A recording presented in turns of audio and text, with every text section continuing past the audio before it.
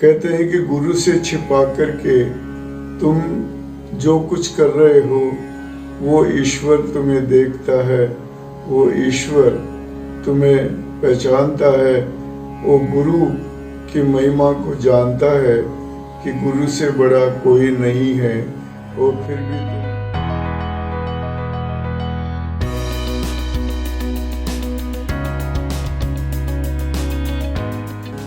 साहेबंद की साहेबंद की साहेबंद की भक्तों, आज हम बीजक की 47वीं साखी का साथ आपके समक्ष उपस्थित हो रहे हैं। साखी है, बिन डांडे जग डांडिया, सोरठ पड़िया डांड, बाटन हारा लोभिया, गुरु ते मीठी खांड। सदगुरु ने कुछ शब्दों को विशेष रूप से आपके समक्ष रखा है, उनका अर्थ हम समझेंगे तब हमें ये बहुत ही अच्छी लगेगी। आज भी कच्चे और अध कचरे गुरुओं के बारे में ही इस साखी के माध्यम से हम आपको कुछ बताएंगे। अध कचरे गुरु संसार में इतने हो गए हैं कि जिनकी गिनती करना हमारे लिए संभव नहीं है। अधकचरे गुरु नकल करने में भी इतने आगे हो गए हैं कि वो सोचते हैं कि जो असली गुरु हैं उनसे क्या पूछना, हम तो स्वयं ही ये साधना, ये उपासना, ये सब कुछ हम कर सकते हैं। तो आइए उन अधकचरे गुरुओं के बारे में कुछ बातें आपको बताएं। अधकचरे गुरु बिना गुरु का परिचय प्राप्त किए साधना करने लग जाते हैं, और साधना बिना गुरु के मार्गदर्शन के पूरी नहीं होती है, इसलिए उनकी साधना भी बीच में ही बिगड़ जाती है, भ्रष्ट हो जाती है, और वो लोग उस साधना की वजह से रोग से ग्रसित हो जाते हैं, बीमार हो जाते हैं, उनको कई रोग पकड़ लेते हैं और वो दंड के भागी होते हैं। दंड के भागी से मेरा मतलब बिन डांडे जग डांडिया, सोरठ पड़िया डांड। सोरठ कहते हैं एक बांस का डंडा जिसमें कई गांठें होती है, उन गांठों में 16 गांठ का एक डंडा ये बड़े बड़े अधिकारी राजपुरुष पहले अपने साथ रखते थे और अपराधियों को पीटने में उस डंडे का प्रयोग करते थे। वो डंडा इतना दुखदाई होता था, उसकी मार से बड़े बड़े अपराधी कांपते थे और बड़ी असहनीय पीड़ा उनको प्राप्त होती थी, और कई बार तो अपराधी इसकी पिटाई से मर भी जाते थे। ये 16 गांठ का जो मैंने बताया, आइए मैं 16 की संख्या को कुछ और उदाहरण दे करके बताता हूँ कि 16 की संख्या में क्या क्या हो सकता है। सबसे पहले 16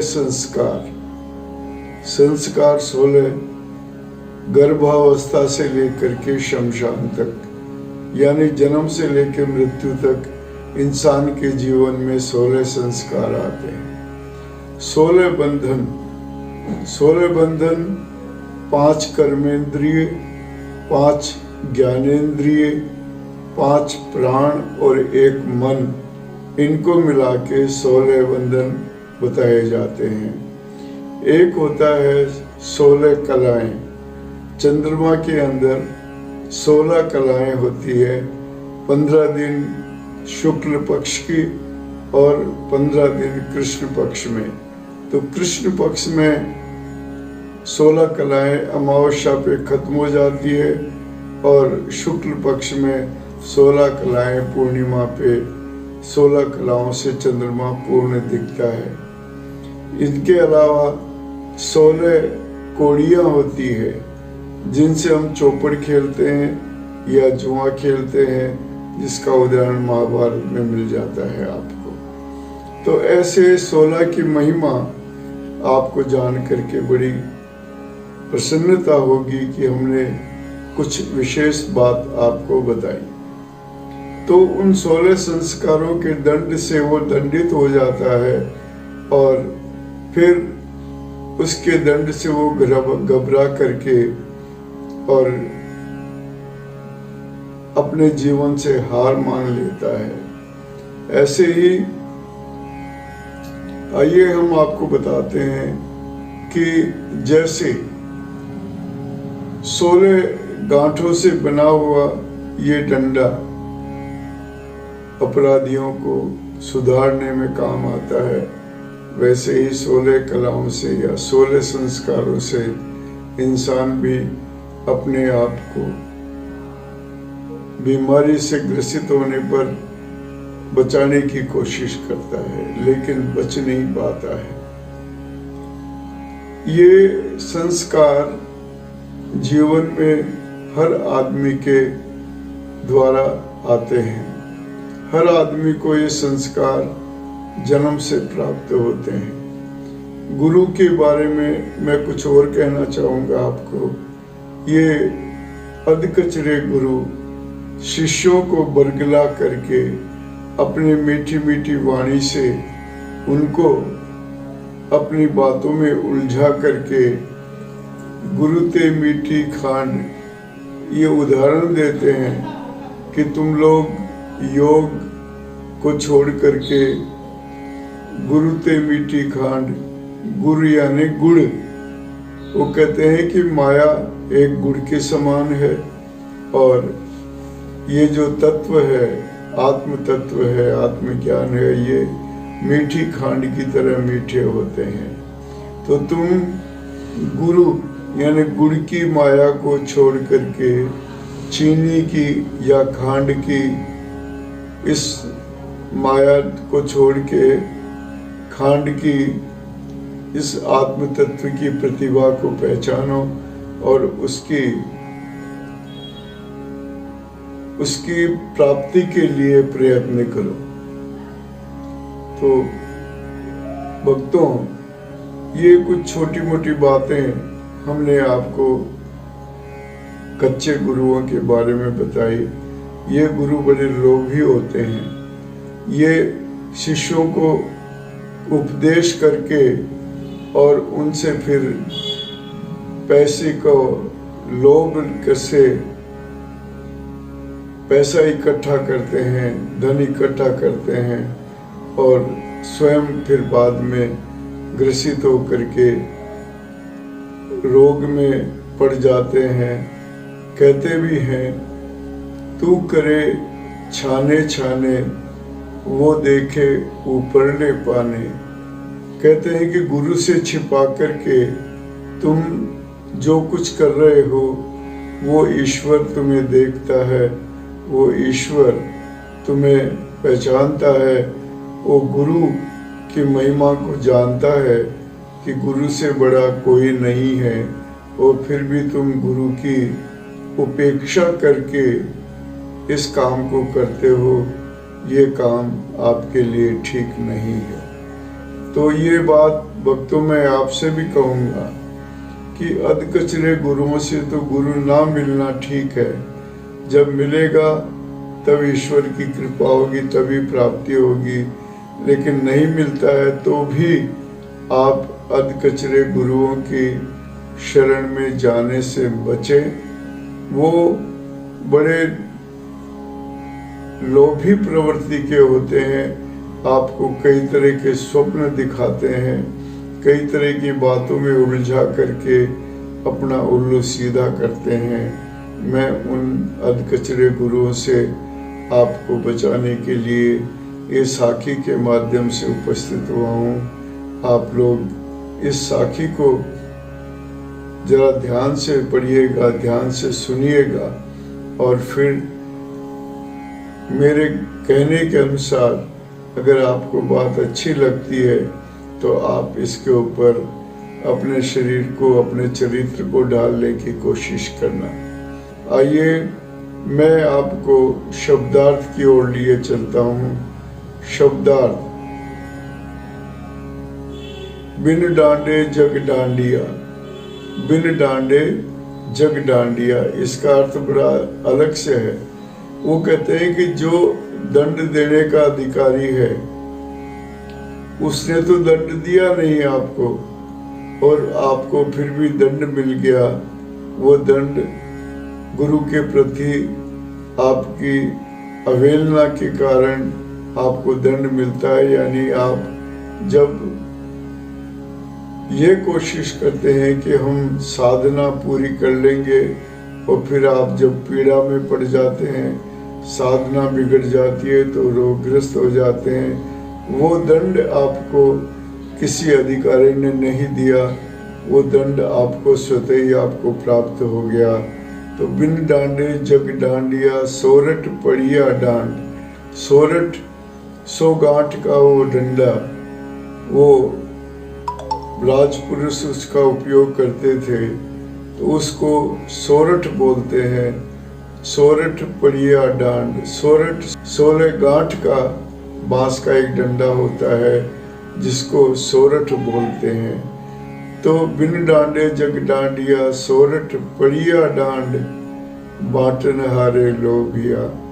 ये जितने भी अति कचरे गुरु हैं, ये लोभ में पढ़ करके अपने झूठे ज्ञान को आप लोगों को बांटते हैं। उस लोभ में मत पड़िए। बाटन हारे लोभिया, गुरु ते मीठी खांड। ये आपको एक लालच देंगे कि खुद को तो कुछ मालूम नहीं है, न वो योग के बारे में जानते हैं, वो सिर्फ ऊपर ऊपर का उपदेश सुन करके या श्लोक पढ़ करके या वेद का अध्ययन करके ये बताना चाहते हैं कि हम बहुत बड़े गुरु हो गए हैं। तो बांटन हारे लोभिया, गुरु ते मीठी खांड। वो कहते हैं ये माया संसार में गुड़ के समान है। इस गुड़ के स्वाद को छोड़ करके आप गुरु ते मीठी खांड, गुरु गुड़ ते मीठी खांड, यानी आप तत्व ज्ञान की ओर जाइए। तत्व ज्ञान बड़ा मीठा होता है, उसकी उपासना कीजिए, तब जाके आपको इस लोक से परलोक में जगह मिलेगी। आपको जन्म मरण से छुटकारा मिलेगा, आपको सद्गुरु की शरण मिलेगी। लेकिन ये सारी बातें वो स्वतः ही मन ग्रंथ होती है, क्योंकि ये सारी बातें पूर्ण करने का अधिकारी केवल गुरु होता है, और गुरु के बिना ये बातें स्वतः ही ज्ञानवर्धक नहीं होती है। आपके कहने से वो बात नहीं आएगी जो एक गुरु के कहने से इंसान के जीवन में महत्व रखती है, सार्थक होती है और फलदायी भी होती है। गुड़ की माया को छोड़ करके मीठे तत्व ज्ञान की ओर अग्रसर हो, ये इन्होंने छोड़ा। तो माया को तो छोड़ ही नहीं सकते। माया कहाँ नहीं है, माया तो कण कण में व्याप्त है। इस माया से कोई बचा नहीं है, तो माया को कहाँ छोड़ने जाएंगे वो। कोई कपड़ा नहीं है, कोई वस्तु नहीं है, कोई वो नहीं है। माया का तो पूरा संसार कण कण में माया का प्रचार प्रसार है, तीनों लोक में, एक ही लोक में नहीं। माया के बिना कोई बच नहीं पाया। ब्रह्मा, विष्णु, महेश, शंकर सभी लोग माया से ग्रसित रहे हैं। सिर्फ कबीर साहब ने ये कहा, माया महा ठगनी हम जाने। ये माया तुम मेरे ऊपर अपना जादू नहीं चला सकती है, ये ठगनी बन करके तुम मुझे ठग नहीं सकती है, क्योंकि 5 तत्व का पुत्रा जुक्ति रचे मैं तो ही पूछो पंडितो शब्द बढ़ा कीजिए। 5 तत्व का पुत्र हूँ, मेरे में कोई तेरे ऊपर तेरा जो प्रभाव मेरे पे डलने वाला नहीं। वो कहते हैं कि हिंदू कहो तो मैं नहीं, मुसलमान भी नाए, 5 तत्व का पुत्रा गए भी खेले माए। मैं पानी से पैदा नहीं और श्वासा नहीं शरीर, अन्न आहार में करता नहीं, ताका नाम कबीर। न तो मैं खाता हूँ, न पीता हूँ, न मेरे शरीर में 5 तत्व के अलावा और कुछ नहीं है, तो तू किस पे अपनी माया चलाएगी? ये सदगुरु कबीर ने कहा है। मैं किसी जाति विशेष में बंधा हुआ नहीं हूँ, न मैं हिंदू हूँ, न मैं मुसलमान हूँ। मैं तो ईश्वर का भेजा हुआ एक ऐसा दूत हूँ, ऐसा दूत ही बोलेंगे इसको, ऐसा संदेश वाहक हूँ जो संसार में मानव जाति के कल्याण के लिए यहाँ पर मैं आया हूँ। संसार में रूढ़िवादिता बहुत बढ़ गई, उनको मिटाने के लिए और जन जन में गुरु महिमा को बताने के लिए मैं यहाँ अवतरित हुआ हूँ। मेरा जन्म नहीं हुआ है, मैं अवतार लेकर के आया हूँ और मुझे वापस अपने उसी गुरु के, महागुरु के, सतगुरु के पास जाना है जिसने मुझे भेजा है। तो ऐसे संत कबीर पे माया का कोई असर नहीं हो सकता। माया का असर होता है हम जैसे लोगों पर जो पेट से गर्भ से पैदा होते हैं, उनसे माया का असर होता है। तो माया पैदा होने से पहले ही अपना प्रभाव कर लेती है इसके ऊपर। तो निरंजन और माया दो ऐसे आदि पुरुष हुए हैं, सृष्टि के उत्पादन से पहले, मेरी सृष्टि इनसे ही चली है। इनकी सृष्टि की शुरुआत माया और निरंजन इन्होंने की थी।